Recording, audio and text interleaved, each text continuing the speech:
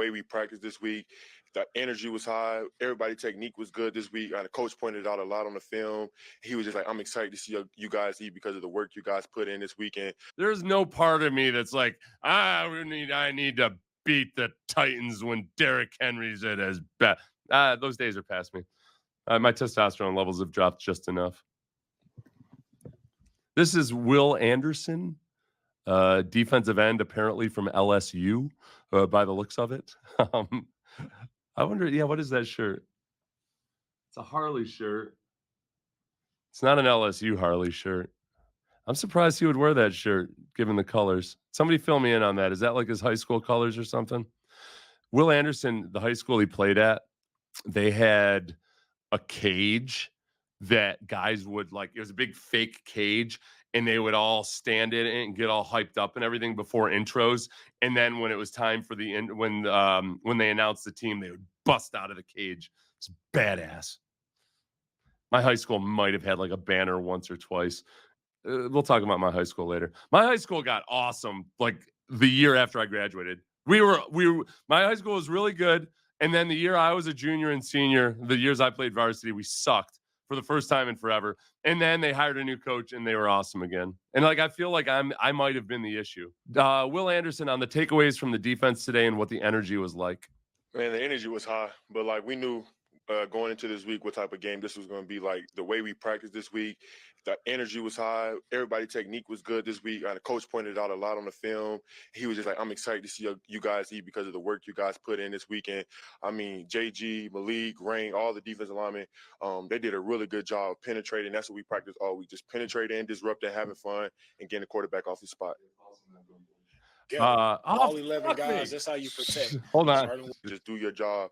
And when you Okay, so this is about JJ Watt, and he is going to be asked basically about his interactions with the former Texans defensive end JJ Watt. I believe Brooks says something about how Will had said he had to try to prepare some questions to ask JJ.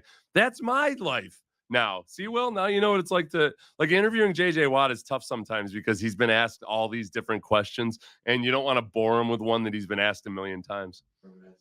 Yeah, JJ's been a good mentor for me so far. You know what I'm saying? I'm going to start sending him some more clips so I can get some more help. But he's been good, man. I mean, honestly, it's a privilege and it's a blessing to have somebody like JJ to communicate with, to help out. You know what I'm saying? What he's done in the league, what he's done for the Houston Texans is unbelievable. And then the speech he came and gave to us Friday, and it was Friday or Saturday, but one of those days, he had said a lot of powerful words. And I think it stuck with the team a lot. Just don't take anything for granted. Like, you're in the NFL, like, there's not a lot of people that can say that. And I think that resonated with a lot of the guys. So he's asked, how has this defense come together in such a short period of time? It's simple. Everybody just doing your job. That's all coach just puts on the board when we do keys to victory. Everybody just do your job. And when you do your job, you get, that's what you get out there. You know what I'm saying? But it's just been so exciting. Like the future, like that's what we always talk about. The future is so bright here because the guys are great. We're hungry. We just want more. We want more and more and more. We just have that greedy mentality, that swarm mentality, and the energy that Coach DeMeco brings every day is so contagious, and we feel it. And we just want to go out there and just play for each other, play for him, and play for the organization.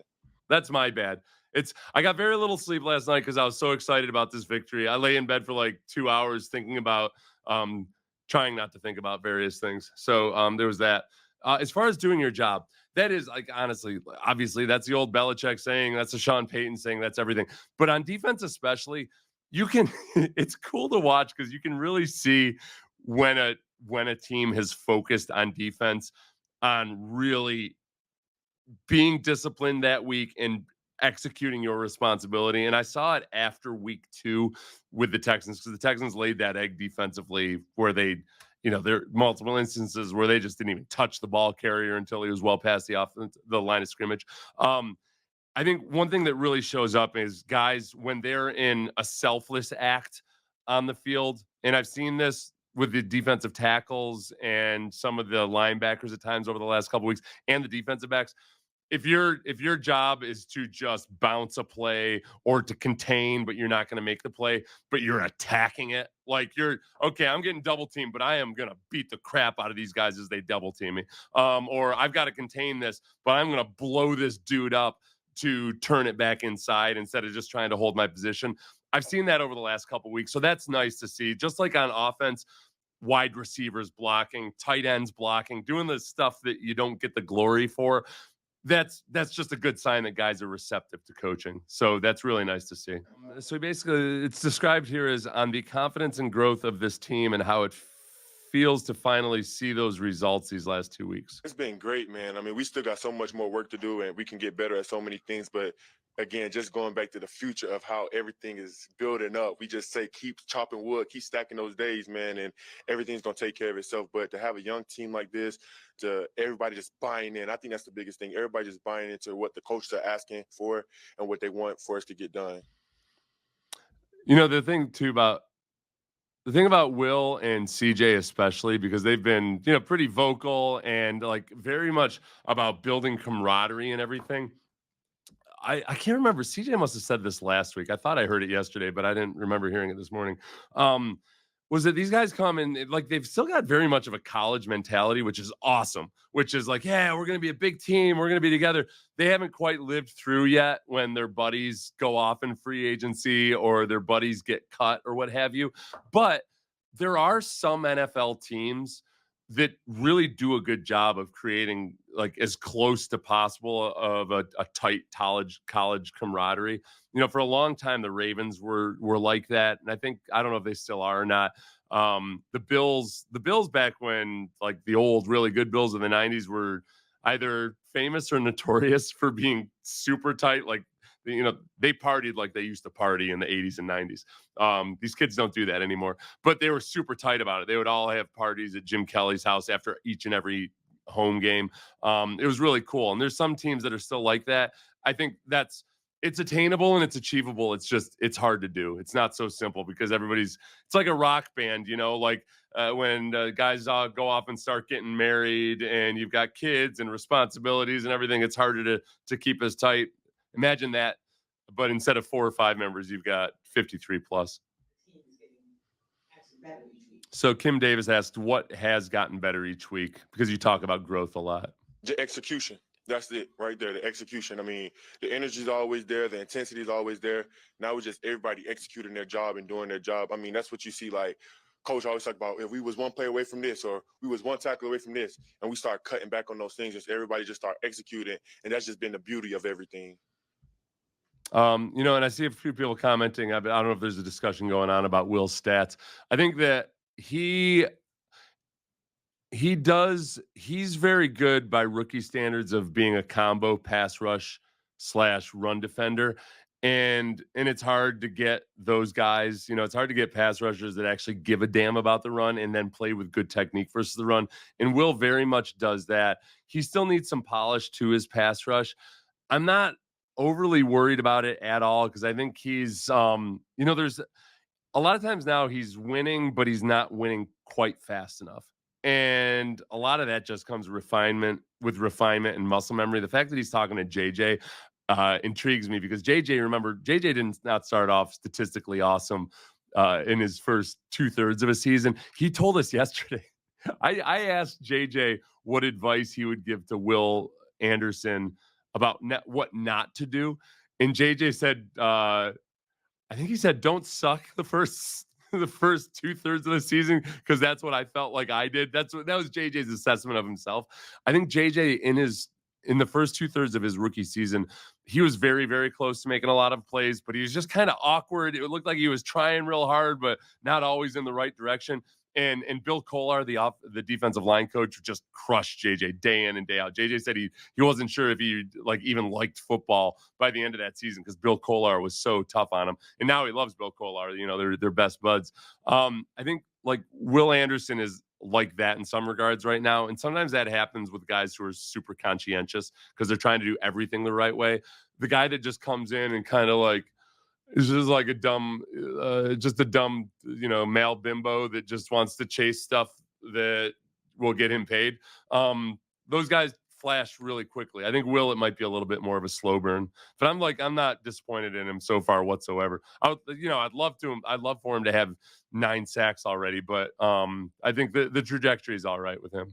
He was asked, is this team good enough or can it compete for the division championship?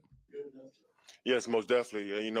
One one thing, we always focus on us. We can't focus on what anybody else got going on. I think that's what we do a really good job of focusing on the Houston Texans. And we go to work every day. We're not worried about the outside noise. We're controlling what we can control. And we step on the field, we just got to go dominate, do our job, and have fun doing it. So, like I said, man, just to see everybody coming together, the chemistry from the team, chemistry with the coaches, it's a beautiful thing to see, man. Just the culture that's getting changed around here, man, it's just, I'm so happy to be a part of it. It's a big blessing. And I know the guys are happy to be a part of it too. Okay. One thing I'll say about that, I think that honestly, I had said when DeMeco was hired that if it doesn't work out with DeMeco, I'll quit my job, because like in sports talk, you're right about things, you're wrong about things all the time. You try to make predictions, you're going to be wrong 50% of the time. With DeMeco, I felt so strongly that he would be a good NFL head coach. And so far, I think he's doing a lot of the things that I expected him to do. I really, honestly, I would have felt fraudulent if he wouldn't work out, or if he doesn't work out. And like, so it's just nice to see, because I do like my job and I don't want to quit it. And I feel like I would have had to pull something like, if like quit, but then like come back 2 weeks later, and then people would be even angrier at me because they'd feel like I was a fraud. So like, thank you. If there's one thing you can do great in this life, DeMeco, it's help me save face and also stay employed. So Kim asked, what did it mean to watch the offense go down and have to score 3 times, but be persistent and come away with 7? Yeah, man, it's just the grit. You know what I'm saying? Like, Grit. We get put in those situations in practice all the time. And how relentless can you be? Can you just, no matter how you get on the field, no matter what, how greedy can you be for it? And the offense showed that today, like running the ball. Coach said something in the meeting, like, we gonna run the ball, and we went out there and did that. It just goes back to the execution. How bad do you really want it? And I can tell you one thing about this team: we want it really bad. Thank you. Okay, let's see. Seth, how long do I have to stand in the corner for being wrong about CJ? Look, you don't have to stand in the corner at all, because honestly, like, everybody's, if you talk about being wrong, go ahead and try to predict who's going to be the good quarterbacks and the bad quarterbacks and everything. People are wrong all the time.